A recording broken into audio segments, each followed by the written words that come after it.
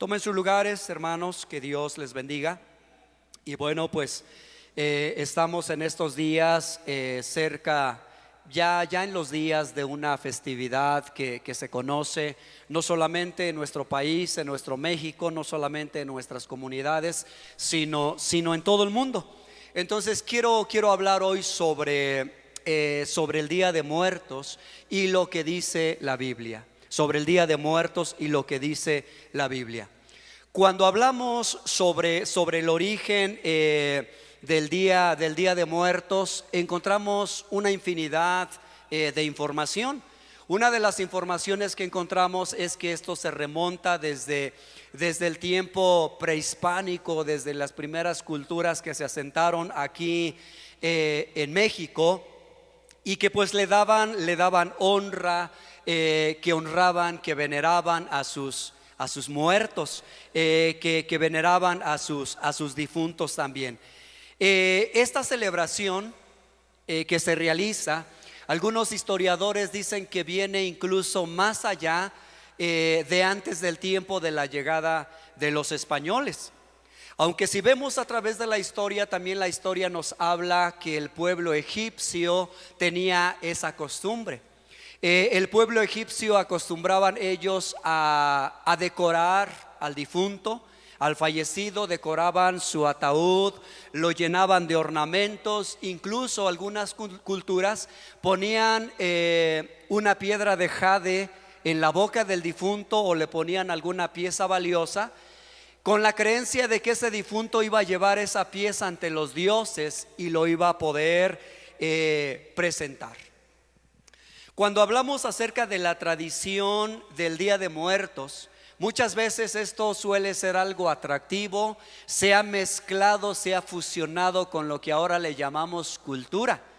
Y bajo este argumento de la cultura es como se ha introducido esta costumbre en diferentes sectores de la sociedad, en la educación, en el trabajo y en muchos lugares. ¿Qué es lo que nosotros solemos ver en este festejo que se hace? La tradicional calavera de dulce, puede ser de azúcar o puede ser de chocolate, allí en la frente con el nombre de la persona. Algunos le ponen un letrerito en donde viene algo parecido como a un eslogan o un refrán que haga juego con el nombre y se vuelve atractivo. Yo vengo de una familia donde se practicaba todo esto. Sí, en donde se hacía un altar, se ponían las veladoras, donde se ponía el pan, donde se ponía la fruta, donde se ponían las flores, donde se ponían todas aquellas cosas. Se acostumbraba a tomar parte de esos pétalos de flores y hacer un caminito hacia la puerta, pues con la creencia de que el difunto al pasar por la puerta pudiera ver el caminito y pudiera entrar. Hay una flor que es muy típica de esta celebración, que es la flor de cempasúchil, por el aroma que tiene, que porque el aroma los va a guiar. Y pues la pregunta sería: ¿qué culpa tiene esta flor? ¿Qué culpa tiene esta flor? Y bueno, ustedes mismos han visto en los altares públicos que a veces ponen el mole, el arroz, el pollo, pueden poner las bebidas alcohólicas, bajo esa creencia de poder ofrecerle algo a esos muertos, porque se tiene los pueblos o la gente de los lugares tiene la creencia que los muertos regresan. Hay varias fechas para conmemorar. En algunas investigaciones que realicé dicen que el 1 de noviembre es cuando la gente espera a los niños, a los pequeños, y el día 2 es cuando ya esperan ellos a los adultos. Y bueno, se realiza una serie de actividades, una serie de cosas para poder hacer toda esta festividad. Hay lugares en donde la gente se pasa toda la noche en los panteones, en los sepulcros. Pero vamos a ver qué dice la Biblia, vamos a ver a través de la luz de la palabra de Dios qué es lo que dice la Escritura. En Deuteronomios capítulo 18, versículos del 9 al 14, vamos a ver cómo Dios prohíbe todo lo que se relacione a los muertos. Cómo consultar a los muertos, cómo invocar a los muertos, cómo hablar con los muertos. En un testimonio, una mujer, su esposo había fallecido, pero ella decía: aunque mi esposo ha fallecido, pero mi esposo regresa en las noches a mi casa y hablo con él. Y llegó el momento en el que la mujer decía: yo estoy embarazada y estoy embarazada de mi esposo. Cuando esta mujer buscó consejería, el pastor que la aconsejó le dijo: oye, lo que tú has estado viendo es espiritual, o acabas de cometer fornicación, por eso dices que estás embarazada. Porque la mujer efectivamente tenía el vientre crecido. La mujer dice: no he conocido a ningún hombre después del fallecimiento de mi esposo, pero él viene en el espíritu y tengo relaciones con ella. El pastor entendió que era algo espiritual, la empezó a ministrar, aquella pancita se bajó, la mujer quedó libre porque recibió a Jesucristo como su Salvador. ¿Qué dice la Biblia en Deuteronomios 18 del 9 al 14? Dice: cuando entres a la tierra que Jehová tu Dios te da, no aprenderás a hacer según las abominaciones de aquellas naciones. No sea hallado en ti quien haga pasar a su hijo o a su hija por el fuego, ni quien practique adivinación, ni agorero, ni sortílego, ni hechicero, ni encantador, ni adivino, ni mago, ni quien consulte a los muertos, porque es abominación para con Jehová cualquiera que hace estas cosas. Y por estas abominaciones Jehová tu Dios echa estas naciones de delante de ti. Perfecto serás delante de Jehová tu Dios, porque estas naciones que vas a heredar, a agoreros y adivinos oyen, mas a ti no te ha permitido esto Jehová tu Dios. La Biblia dice: no sea hallado en ti quien consulte a los muertos. ¿Han escuchado ustedes acerca de los espiritistas? Hay una secta llamada espiritistas que practican esto. Hay una zona donde nosotros estamos entrando a evangelizar, y nos hemos enterado que en esa zona hay un grupo de estas personas. Y yo pregunto y digo: ¿y ellos dónde se reúnen? ¿Tienen una casa? ¿Tienen un templo? Y me dicen: no. Ellos se suben a la montaña, al monte, al bosque, hacen su círculo, empiezan a dar lo que ellos le llaman cátedra, y al final empiezan ellos a ministrar a la gente conforme a la doctrina que ellos tienen. ¿Qué vamos a hacer cuando nosotros escuchemos de estas cosas? No debemos temer, porque el Dios en que nosotros hemos creído es un Dios todopoderoso. Y Él nos va a librar de todas las acechanzas del diablo. Así es que si algún día aparecen pollos muertos en la puerta de tu casa, en tu negocio, en el lugar donde oras, aunque aparezca el ramo de pirul con chiles secos, con limones, con huevos, tómalo con una pala, sácalo, tíralo al basurero y quémalo en el nombre de Jesús. Entonces Dios le estaba diciendo al pueblo: cuando ustedes entren al lugar donde yo los estoy llevando, no practiquen aquellas cosas. Hace aproximadamente 15 años hubo una profecía para México, y el profeta decía: Dios me muestra una bandera, y en esa bandera está un águila devorando a una serpiente. Pero el profeta decía: mientras yo veía esa bandera, yo sabía que era México.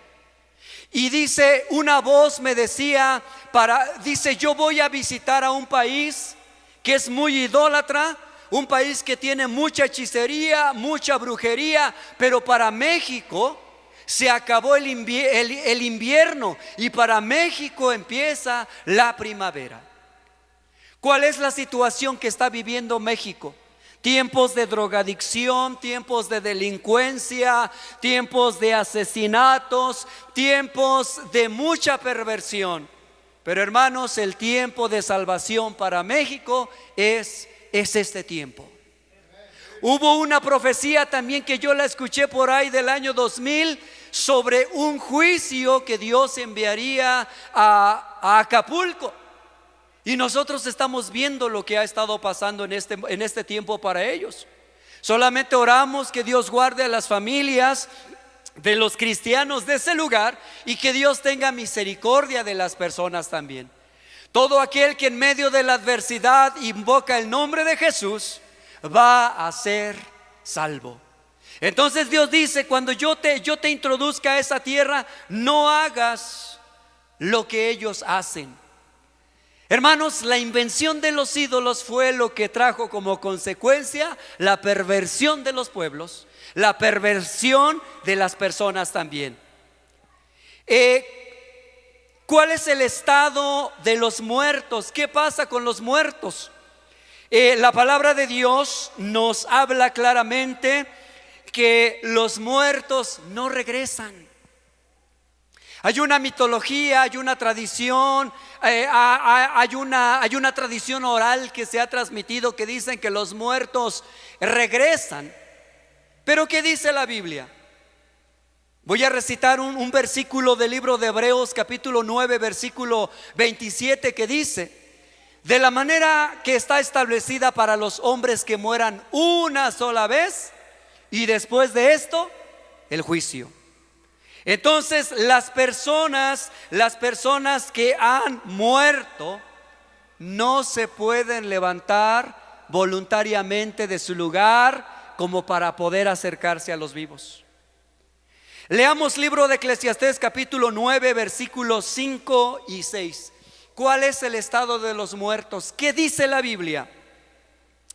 La escritura dice así: porque los que viven saben que han de morir, pero los muertos nada saben, ni tienen más paga, porque su memoria es puesta en olvido.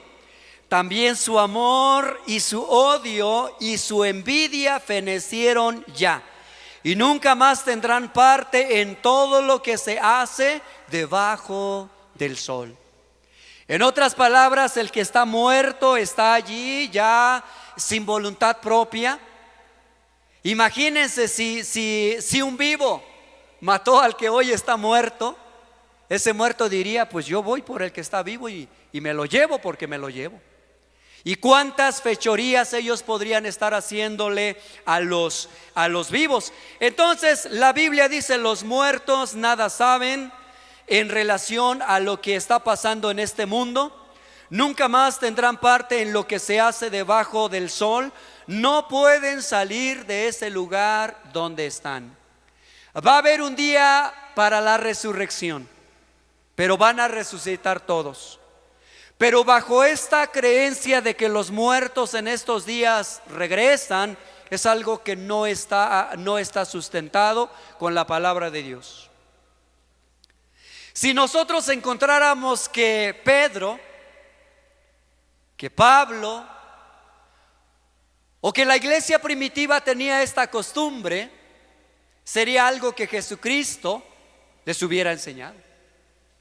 Pero si ellos no tuvieron esta costumbre, la iglesia primitiva, y si no hay sustento en los evangelios, es algo que no podemos practicar, es algo que no podemos abrazar nosotros. En el libro de San Lucas capítulo 16 versículo 31 dice lo siguiente: mas Abraham le dijo: si no oyen a Moisés y a los profetas, tampoco se persuadirán, aunque alguno se levantare de los muertos. Entonces, cuando leemos nosotros esta escritura, dice que los que estaban en el seno de Abraham no podían pasar al lugar de sufrimiento, y los que estaban en el lugar de sufrimiento no podían pasar al seno de Abraham, porque dice la palabra que había una gran cima, había una gran profundidad, había un gran abismo. Entonces, desde que nosotros morimos, hay un apartado para los muertos en Cristo y un apartado para los que murieron sin recibir a Jesucristo como su Salvador. Ambos van a tener una resurrección. Los muertos en Cristo van a resucitar para irse con Jesús en el aire en el arrebatamiento. Los que murieron sin Cristo van a resucitar, pero van a resucitar después del milenio. Ellos no se van a ir con Cristo. Ellos van a comparecer ante el gran trono blanco para decirles: no alcanza salvación porque no creíste en Jesucristo, porque viviste en tus pasiones, porque viviste en la carne. Le van a decir por qué no alcanza salvación, y su destino va a ser el lugar de condenación. Quizá le dirán: no alcanza salvación porque algún día te predicaron y no creíste. Algún día pasaste por un lugar donde se hablaba la palabra y mejor te burlaste, mejor te reíste. Entonces, hermanos, podemos decir que tampoco podemos interceder por los muertos. Si pudiésemos interceder por los muertos, qué fácil sería. Vive como quieres entonces. Haz todo lo que quieras, solamente deja un dinerito dirigido para alguien que lo pueda cobrar y que él se encargue de hacer todo el ritual para que alcances la salvación. Pero no es así, porque la salvación no es por obra, es por gracia. Es por gracia. Cuando nosotros empezamos a escudriñar la Escritura, la Escritura es la que nos da el parámetro, es la que nos marca el camino para el cual nosotros tenemos que seguir. En 2 de Samuel capítulo 12,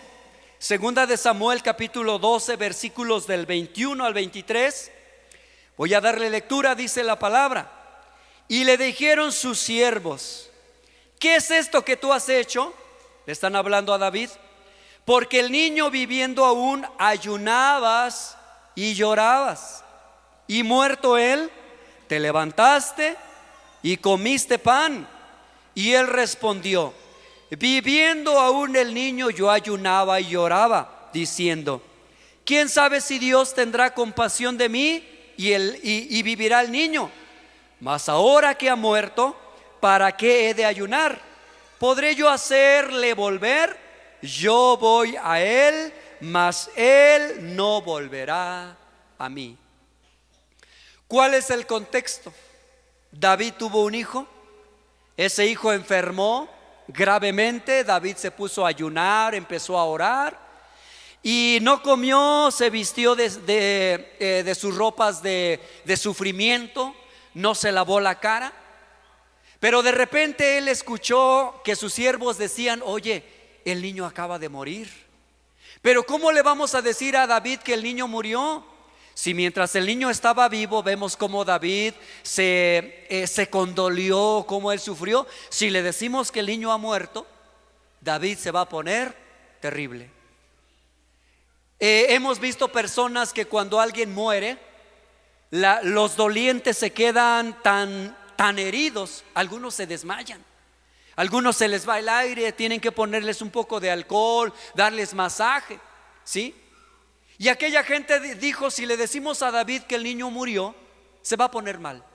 Pero cuando David escuchó, él se acerca y les dice: oigan, ¿el niño murió? Y le dicen: sí, el niño ha muerto. Dice la Biblia que David fue a su habitación, se bañó, se cambió de ropa, se ungió con aceite y empezó a comer, porque no había comido. Los sirvientes le dicen: ¿qué es lo que tú haces, David? Hace rato estabas de luto, estabas mal y ahora ya estás bien. Y es cuando él da esta palabra. Él dice: mientras el niño estaba enfermo, yo oraba y ayunaba para que quizá Dios tuviera misericordia. Pero ahora que él ya murió, ya no hay nada que hacer. Ya no hay nada que hacer. Él ya se fue, más bien, y como él ya murió, yo no lo puedo volver a traer. Más bien en su momento yo voy a ir al lugar donde él fue. ¿Sí? Entonces esto es lo que la palabra de Dios nos dice y nos enseña. Pero cuando tenemos un desconocimiento de la palabra, todo lo que nos digan es Lo tomamos por bueno y se nos vuelve atractivo. En el libro de Isaías capítulo 65 versículos del 3 al 4,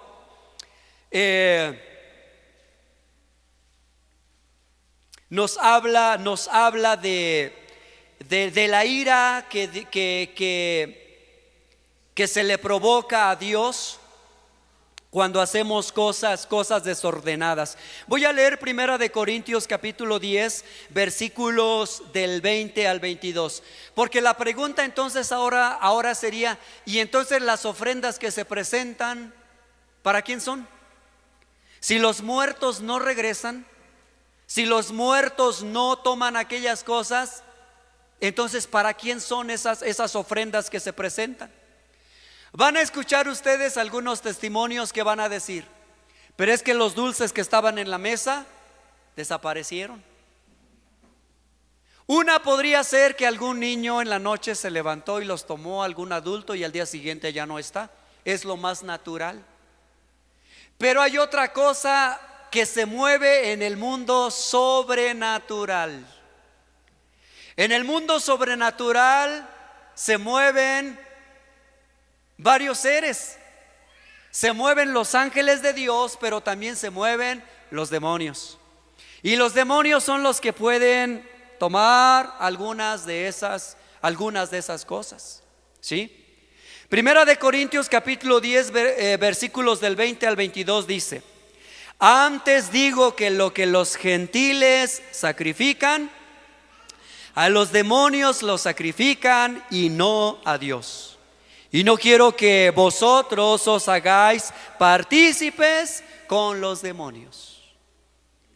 Entonces, cuando una persona sin el conocimiento de la palabra de Dios hace una ofrenda, hace un ofrecimiento, lejos de ofrecérselo a su difunto, aquí está lo que la palabra de Dios dice: lo sacrifican a los demonios y no a Dios. Y no a Dios. En Deuteronomio capítulo 32 versículo 17 dice lo siguiente: sacrificaron a los demonios y no a Dios, a dioses que no habían conocido, a nuevos dioses venidos de cerca, que no habían temido vuestros padres. Detrás de cada ofrenda, detrás de cada ídolo que los gentiles, que los incrédulos pueden ofrecer, se esconde un demonio. ¿Han escuchado ustedes que a veces dicen tal imagen puede llorar, o le aparecen algunas muestras de sangre en la mano, o les dicen hace algún milagro? Hermanos, todo esto es por obra de los demonios. Y cuando eso pasa, la fe de los incrédulos empieza a crecer. Aquí en este lugar hay un lugar por allá de una comunidad que se llama Mayorazgo, a lo mejor alguien conoce por ahí. Hace como unos 10 años, y si no calculo mal, empezaron a decir que había aparecido la imagen de una mujer. Y mucha gente empezaba a ir hacia ese lugar para poder ver esa imagen. Por eso cuando Jesucristo habla de su venida, Él dice: miren, cuando les digan Cristo está en tal lugar, no crean. Cuando les dicen: miren, apareció Cristo en tal lugar, y Jesús se refería a Él mismo, ¿sí? Decía: no crean, porque la venida de Cristo, dice la palabra, que va a ser en las nubes. En las nubes viene el Señor Jesucristo. Pero cuando la gente ve alguna manifestación así sobrenatural, aunque la fe no sea conforme a la palabra de Dios, la gente cree. La gente se apasiona y pone más su esperanza en aquello que está viendo. Pero la palabra de Dios dice: lo que los gentiles sacrifican a las imágenes, o en este caso, tocando el tema de lo que estamos viendo, dice: no lo sacrifican a sus muertos. ¿Por qué será que la gente se esmera tanto en poder ofrecer algo? Porque muchas veces mientras la persona vivió, no le ofrecieron lo que ahora le están ofreciendo. Porque es que en el día del funeral, porque hay gente que se quiebra y se derrite y se desmaya una vez, otra vez y otra vez y todas las veces, muchas veces porque hay un peso tremendo de conciencia, ¿sí? Porque quisieran un día más o unos minutos más de oportunidad para poder haber dicho te perdono, perdóname, por haber dicho te amo, para poder darle algo bueno o algo agradable. El peso de conciencia es algo muy fuerte. En 1 de Corintios capítulo 15, en su versículo 26, vamos a ver que la escritura nos habla algo sobre la muerte. Estamos viviendo en un tiempo, hermanos, en el que se le da mucho auge esta parte de la celebración del Día de los Muertos. Pero también estamos viviendo en un tiempo en donde ha estado creciendo esta secta que adora a la muerte. Y a lo mejor ustedes han escuchado un poco de esto, pero ¿qué dice la Biblia en 1 de Corintios capítulo 15, en su versículo 26?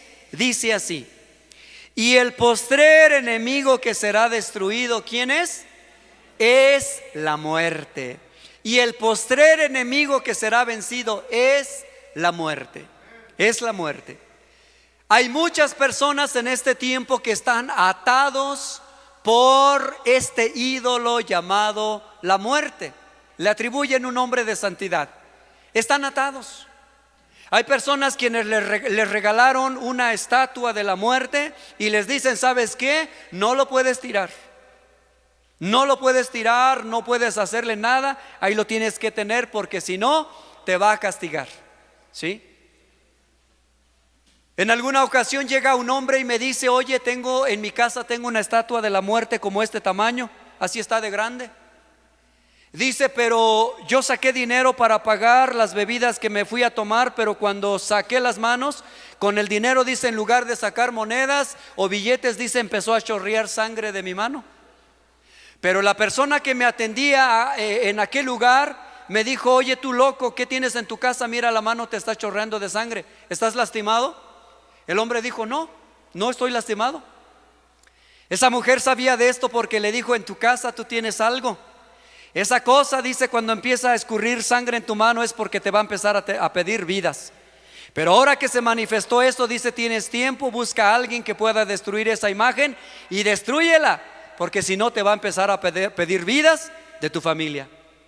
Ese hombre se acerca a mí y me dice: tengo esto, no sé qué hacer, ¿qué hacemos? Le digo: lo vamos a quemar.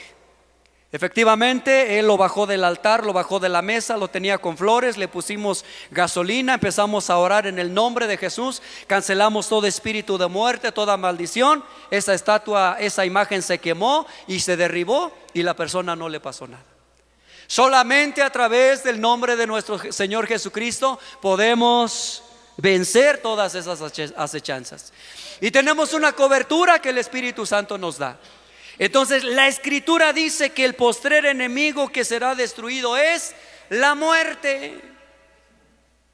Si alguno está adorando o tiene alguna imagen de esto, busque a un pastor, busque a un predicador de la palabra de Dios y deshágase de esa imagen.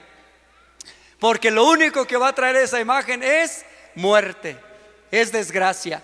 Pero Jesucristo dijo: conoceréis la verdad y la verdad os hará verdaderamente libres. Jesucristo dijo: yo soy el camino, la verdad y la vida, y nadie viene al Padre si no es por mí. Pero también dice: ¿y no queréis venir a mí para que tengáis vida? ¿No quieres venir a mí para que tengas vida? Hermanos, entonces va a haber un juicio, para con la muerte. En el libro de Oseas capítulo 13 versículo 14 dice así: de la mano del Seol los redimiré, los libraré de la muerte. Oh muerte, yo seré tu muerte y seré tu destrucción. Oh Seol, la compasión será desconocida de mi vista. Entonces, hermanos, Dios mismo va a traer juicio contra la muerte. La muerte no solamente es venerada, así como les decía, no solamente se recuerda el día de los muertos, sino que hay gente que venera y que adora a la muerte. Pero esa muerte va a ser derrotada, va a ser destruida. Libro del profeta Isaías, capítulo 28, en su versículo 18 dice lo siguiente: y será anulado vuestro pacto con la muerte, y vuestro convenio con el Seol no será firme. Cuando pase el turbión del azote, seréis de él pisoteados. Dice: será anulado vuestro pacto con la muerte. Si alguno hizo pacto con la muerte, no tenga miedo de romperlo. Busque a alguien que lo pueda dirigir para que esa atadura, esa maldición se rompa, para que se cancele. Incluso si el mensaje lo pudiera estar escuchando algún satanista, aún hay esperanza para los satanistas si están vivos. Si hicieron alguna firma, algún pacto de sangre, ese pacto se puede romper a través del nombre del Señor Jesucristo. Aleluya, porque solamente Jesucristo es quien rompe ataduras. Él es quien rompe esas cadenas también. Gloria a Dios. Aleluya. Jesucristo es Rey de Reyes y es Señor de señores. Hoy veía en una escuela un festival que se hizo en donde los niños los disfrazaron y los maquillaron en la cara con todo este tema alusivo a los difuntos. Y créanme que hubo dos niños que ni se conocieron. Yo vi pasar a los niños, un niño iba avanzando, pero los dos estaban maquillados. El otro niño, creo que se le olvidó que estaba maquillado, empezó a huir del otro. Empezó a huir de él. Y el otro le menciona su nombre, le dice: no tengas miedo, soy yo. Y va corriendo como para acercarse a él, y el otro pues iba huyendo. En el tiempo de estas festividades, hermanos, es el tiempo cuando más niños mueren. Es el tiempo cuando más niños son secuestrados, son robados. Porque algunos que han confesado que han estado en los caminos de Satanás, han confesado que en estos tiempos también festejan el cumpleaños de Satanás. Y es el tiempo en el que hay muchos sacrificios de niños. Y en medio de toda esa ola de disfraces que se dan, hay demonios que pueden manifestarse físicamente y andar entre la gente. Entonces, siempre que llegan estas fechas hay un peso espiritual fuerte. Un peso espiritual que solamente se puede vencer con oración, con ayuno, con la palabra de Dios, con la invocación del nombre de Jesús, declarando la sangre de Cristo. Hermanos, ¿cuál es la postura que tenemos que tener nosotros como cristianos? No contaminarnos con las cosas del mundo. ¿Será que podemos comer un pan de esos que están con sus bracitos así, con azúcar de color y que se ve bien tostadito, de hojaldre? ¿Será que podemos comer algo así? No. La Biblia dice: ¿qué relación tiene la luz con las tinieblas? Ninguna relación. A lo mejor me dirían: oye, ¿y el que está todavía ahí en la panadería? Yo les diría: ni el que está en la panadería. Va a pasar, estamos a 30, viene 31, viene primero, viene el 2. ¿No vamos a sobrevivir esos días sin comer algún pan de esos? Sí, vamos a sobrevivir. Podemos comer una telera, un bolillo o algún otro pan que no tenga nada alusivo a eso. ¿Saben por qué muchas veces el pueblo de Dios sufre? Porque tomamos las cosas a la ligera. A veces a lo mejor hasta podemos decir: voy a orar por él y me lo como. Pero hermanos, muchas veces nos contaminamos nosotros mismos. Muchas veces le haces la guerra al diablo, pero a veces con algo tan liviano te contaminas y al rato ya te duele aquí, ya te duele acá y dices: Señor, ¿por qué? Hay muchos padecimientos que el pueblo de Dios está viviendo. Ojalá Dios pudiera decirnos: tu dolor de huesos es por esto, tu dolor en el estómago es porque te comiste nomás una guayabita que por ahí fue puesto. Tu dolor de huesos es porque este día fuiste al panteón, nomás fuiste a comerte unos taquitos, no fuiste a otra cosa, pero fuiste. Si Dios derramara juicio en un lugar de esos, te tocaría a ti también. Te tocaría a ti también. Si se abriera la tierra y cayeran todas aquellas personas, también caerías. Entonces por eso el apóstol Pablo dice: todas las cosas me son lícitas, pero no todo me conviene. Todas las cosas me son lícitas, pero no me voy a dejar dominar de ninguna de ellas. Segunda de Corintios capítulo 11 versículo 14 dice lo siguiente: y no es maravilla, porque el mismo Satanás se disfraza como ángel de luz. Y no es maravilla, porque el mismo Satanás se disfraza como ángel de luz. Si Satanás se disfraza como ángel de luz, sus demonios también. ¿Quién nos está diciendo la palabra de Dios? Que un demonio se puede disfrazar de una persona. Aquí en la región han escuchado ustedes que dicen: ahí en el río se aparece la güera. ¿Sí, no? O dicen: por ahí en el puente se aparece el charrito, bien trajeadito, sus botitas, no sé si su sombrero, no sé, pero dice se aparece. La pregunta es: ¿quién es aquella mujer? ¿Y quién es aquel charrito? Un demonio. Un demonio, pero su fin es el mismo: robar, matar y destruir. Entonces dice la Biblia que Satanás y sus ministros se disfrazan para poder engañar a la gente. Pero si nosotros hemos llegado al conocimiento de la verdad, entonces ahora no dejemos que nada ni nadie nos pueda engañar. Que nada ni nadie nos pueda engañar. Hermanos, ustedes que están aquí presentes, los que nos escuchan en sus hogares, los que nos van a ver a través de los días, escuchar esta palabra, vamos a seguir practicando eso.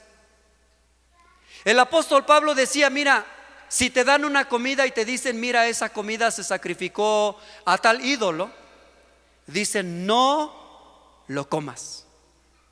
No lo comas. Si a lo mejor no te enteraste, visitaste una casa, no viste el altar, ya pasaron días, te ofrecen algún pan que no tenga los bracitos cruzados, te ofrecen alguna fruta, está en el frutero, tú puedes comer, porque no sabes que eso se ofreció. Pero cuando tú sabes, la palabra de Dios dice: no lo comas. No lo comas. ¿Qué vas a hacer entonces? ¿Vas a seguir practicando? Yo veía unas niñas disfrazadas de brujas, y las brujas son servidoras de Satanás. Las brujas, aunque dicen que curan o los hechiceros que curan con magia blanca, con magia negra, es lo mismo. Está disfrazado. Entonces, si esa gente es servidor de Satanás, ¿vas a disfrazar a la niña todavía con cariño de brujita? No se puede. No se puede. Y si lo disfrazas, lo estás entregando en manos de Satanás, porque las brujas son siervas de Satanás. Entonces, mucho cuidado con eso. Vamos a tener que sufrir opresión los cristianos. La iglesia primitiva fue una iglesia que sufrió persecución, que sufrió desprecio. Fue una iglesia que fue perseguida. Pero ¿saben por qué? Porque conservó su postura en el Señor. No se contaminaban con las cosas del mundo. Pero si nos contaminamos con las cosas del mundo, nosotros no vamos a sufrir persecución. ¿Saben por qué la iglesia cristiana no es perseguida aquí en la región? Porque no hemos asumido nuestra postura. La predicación del evangelio, ser tajantes y estrictos con el cumplimiento de la palabra de Dios. En el libro de San Juan, capítulo 8, versículo 32, la escritura dice: y conoceréis la verdad, y la verdad os hará libres. ¿Qué necesitas entonces si has hecho algo de esto? Necesitas arrepentirte y necesitas recibir a Jesucristo como tu Salvador. Finalmente leemos libro de Hechos, capítulo 17, en su versículo 30. Y dice la palabra de Dios: pero Dios, habiendo pasado por alto los tiempos de esta ignorancia, ahora manda a todos los hombres en todo lugar que se arrepientan, por cuanto ha establecido un día en el cual juzgará al mundo con justicia, por aquel varón a quien designó, dando fe a todos con haberle levantado de los muertos. Cierro con esto, hermanos. Por ahí del año 97 al 2000 hubo un huracán que pasó en el estado de Chiapas. Se organizaron las iglesias de la región para poder ir a ese lugar y me tocó poder ir. Hubo un pueblo llamado Valdivia. Ese pueblo llamado Valdivia fue sepultado por un cerro que se desgajó y enterró a ese pueblo, esa colonia la enterró completamente. 15 días antes hubo un predicador que anduvo por las calles diciendo: Dios dice que se arrepientan de sus pecados, porque si no se arrepienten, este lugar va a ser destruido. 8 días antes de la tragedia, este hombre cambió su predicación y dijo: dice Dios que salgan de este lugar, porque si no salen porque este lugar va a ser destruido. La gente que salió de la colonia, se puso en un caminito con sus techitos de hule, de lona. ¿Y saben qué pasó cuando el cerro se derritió? Hubo lluvia por varios días, un estruendo, el cerro se derritió. Aquí estaba la colonia y de aquel lado estaba el mar. No había escapatoria. Cuando el cerro se desgaja, una parte se va de este lado, otra parte avanza de este lado y sepulta completamente la colonia. Los que creyeron al mensaje de Dios se pusieron aquí en el camino. Sus casitas de hule, con palos, con lonas, fueron los únicos que sobrevivieron a esa tragedia. Hoy Dios está trayendo juicio sobre nuestro país y sobre muchos países, pero la palabra de Dios se habla y la palabra de Dios se escucha. Quien quiera creer y la quiera abrazar, alcanzará misericordia. Ponte de pie. Si hay algo de lo que le tengas que pedir perdón al Señor, pídele al Señor. Si tú quieres orar hoy por algún familiar que tiene estas prácticas, pide misericordia. Pide misericordia. Si tú mismo has estado involucrado en algo de esto, dile al Señor: Señor, perdóname, lo hice en mi ignorancia, pero dile: Señor, hoy ayúdame para que mi corazón sea guardado. Te doy gracias, Señor Dios Todopoderoso, en esta noche. Espíritu Santo, tú que conoces y escudriñas los corazones, alguno, Señor, está pidiendo perdón por algo que comió, por algo que practicó. Señor, ten misericordia. Hoy quienes estamos aquí tenemos familiares que están involucrados en algo de esto y te decimos: Señor, ten misericordia. Ten misericordia de toda esta zona Mazahua, de los pueblos, de las comunidades. Ten misericordia, Señor, de México. Señor, creo que todas las abominaciones que se hacen han subido hasta tu presencia. Y Señor, creo que tu mano ha estado ya levantada, Señor, ya no más para súbitamente bajarlo, Señor, y declarar juicio, un castigo, Señor. Pero te pedimos: ten misericordia. Ten misericordia, Señor. Guarda los hogares, guarda las familias, Señor. Que tu presencia, Señor, que tu salvación llegue a las vidas. Espíritu Santo, que cada palabra que se haya hablado llegue a los corazones. Señor, en el nombre de Jesús, ten misericordia. Si alguno te está pidiendo perdón por algún pecado, perdónale, Señor. Perdónale y guarda su corazón. Si alguno, Señor, ha cometido el pecado, Padre, de poder caer en algo de esto, perdónale. Señor, si alguno es seguidor de la muerte, si tú has estado en esa secta siguiendo a la muerte y has hecho algún pacto, yo te voy a dirigir en oración para que le pidas perdón al Señor. Y dile: Señor Jesús, perdona mis pecados. Dile: Señor, yo hice este pacto. Dile: Señor, perdóname y rompe este pacto en el nombre de Jesús. Repite esta oración y di: Señor Jesús, yo te recibo como mi Salvador. Toda atadura de muerte la renuncio, la rechazo en el nombre de Jesús. Quizá algún día estuviste a punto de suicidarte. Dile: Señor, perdóname por ese intento de suicidio. Dile: Señor, renuncio a todo espíritu de muerte en el nombre de Jesús. En el nombre de Jesús, en el nombre de Jesús. Aun si alguno es hechicero, si alguno es brujo, si alguno es satanista, hay esperanza para ti. Quizá has visto el poder del diablo, pero sobre ese poder hay un poder que es más sobrenatural, un poder que viene de Jesucristo, aquel que es todopoderoso. Conoce al Todopoderoso, conoce a Jesucristo de Nazaret. Dale tu vida, dile: Señor Jesús, quiero conocerte. Él es un Dios que no te juzga, que no te castiga por lo que no hayas hecho. Él es un Dios, Él es un Rey que murió en la cruz del Calvario. Su nombre es Jesús. Dile: Señor Jesús, perdóname. Dile: perdóname, te entrego mi vida. Te entrego mi vida. Renuncia a todos los demonios que se habían apoderado de tu cuerpo. Renuncia a todos esos demonios. Esos demonios los atamos en el nombre de Jesús. Y declaramos la gloria de Jesucristo. Limpia los aires, Señor. Limpia los aires. Limpia los aires, Señor. Todo espíritu de muerte lo reprendemos. Oh Espíritu Santo, llena la vida, llena los hogares, llena las familias. Que la paz que sobrepasa todo entendimiento llene los corazones. Bendecimos al pueblo evangélico.